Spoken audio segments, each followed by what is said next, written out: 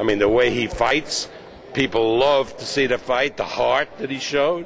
I mean, the whole package. And he's very articulate. And, you know, he comes from an area which has been depressed, and it's going to be elevated, I think, because of him. I just think he's going to revive boxing in the Midwest, and it's going to spread to the rest of the country. And I tell you, this was the biggest blow to UFC since the sort of competition began, because all the young kids are going to come back to boxing, because there's nothing in UFC or any of this martial arts bullshit that compares to this. What was going through your mind round two, and then again on round two? Round two, I knew we were in a little trouble.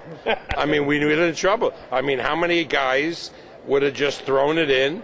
You know, he took some shots, tremendous shots. I thought he was out. He hung in there. He came back in round three, which was, you know, a great sign. I asked Bruce after round two, can he come back? And Bruce said yes, Bruce Trampler. And, you know, he just stayed in there.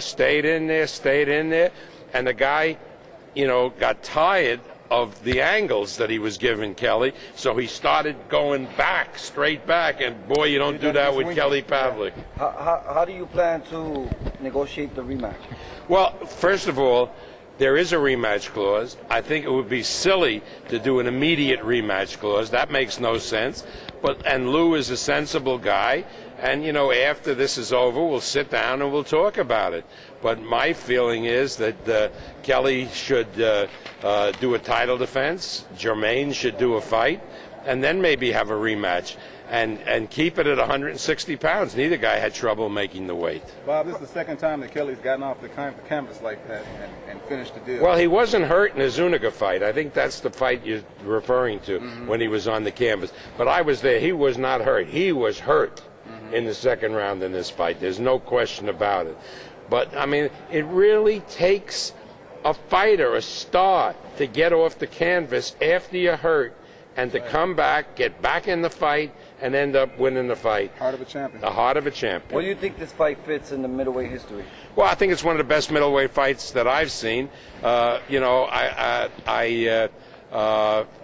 mean, obviously, it runs second to the Hagler-Hearns fight, but other than that fight, I think it's the best middleweight fight that I've seen. I can remember. Maybe, you know, when I think more about it, I'll come up with something else. But right now, I think it's second to Hagler-Hearns. Did he just surprise you with the stamina and the methodical fighting and the heart? No. The stamina didn't surprise me. The heart didn't surprise me.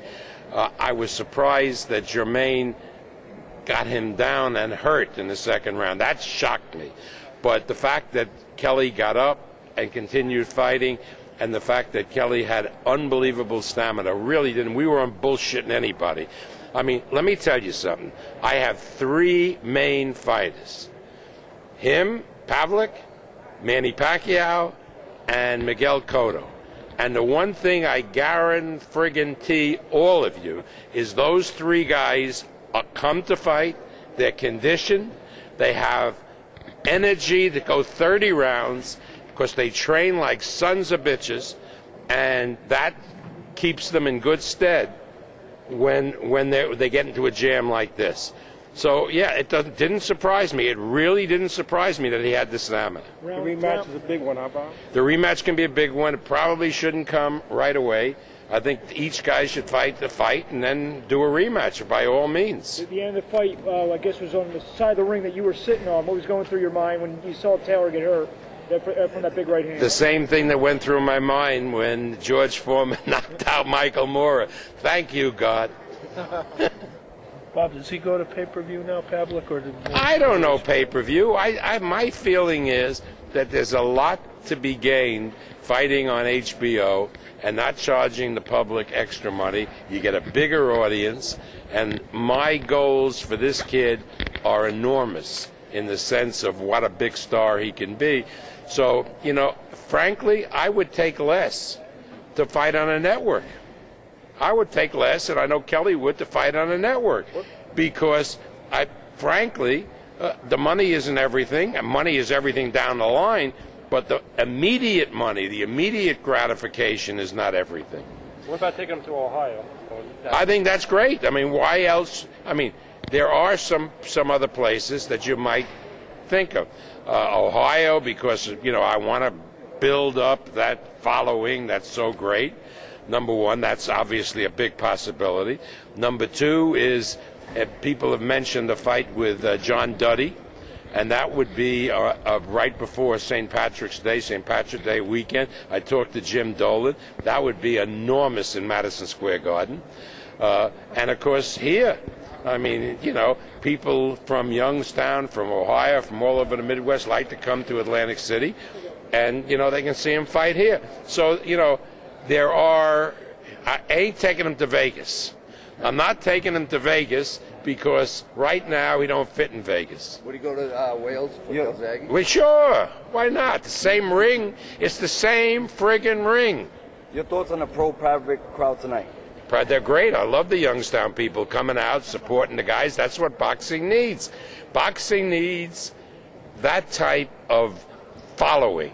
That's what makes a guy like Ricky Hatton so special, because he has a following. He's not the greatest fighter in the world, but he has a following. It energizes the audience. It's terrific. Young people too, right? And young people, exactly right. Look at the crowd tonight. They weren't like old high-rolling, guys, old bald guys. They didn't look like me. They were young people. All your main fighters have followings, actually. Exactly, Yeah. because that's what we do. That's our job. Now, people say, and I don't want to, and it's not gloating. The one thing that we do better than anybody else ever did in boxing is bring fighters along, so that then when they fight in a title fight, when they fight in a big fight, we expect them to win. Now, sometimes they don't, but we expect them to win. And that's really due to Trampler, because Bruce Trampler, our matchmaker, because he brings these guys along, he puts them in the right fights. It's not like other matchmakers bring them against one tomato can after another. No, you fight them against lefties, you fight them against righties, you fight them against this style and that style. So when they fight a world-class fighter like Jermain Taylor, they don't get lost in the ring. They know what they're doing.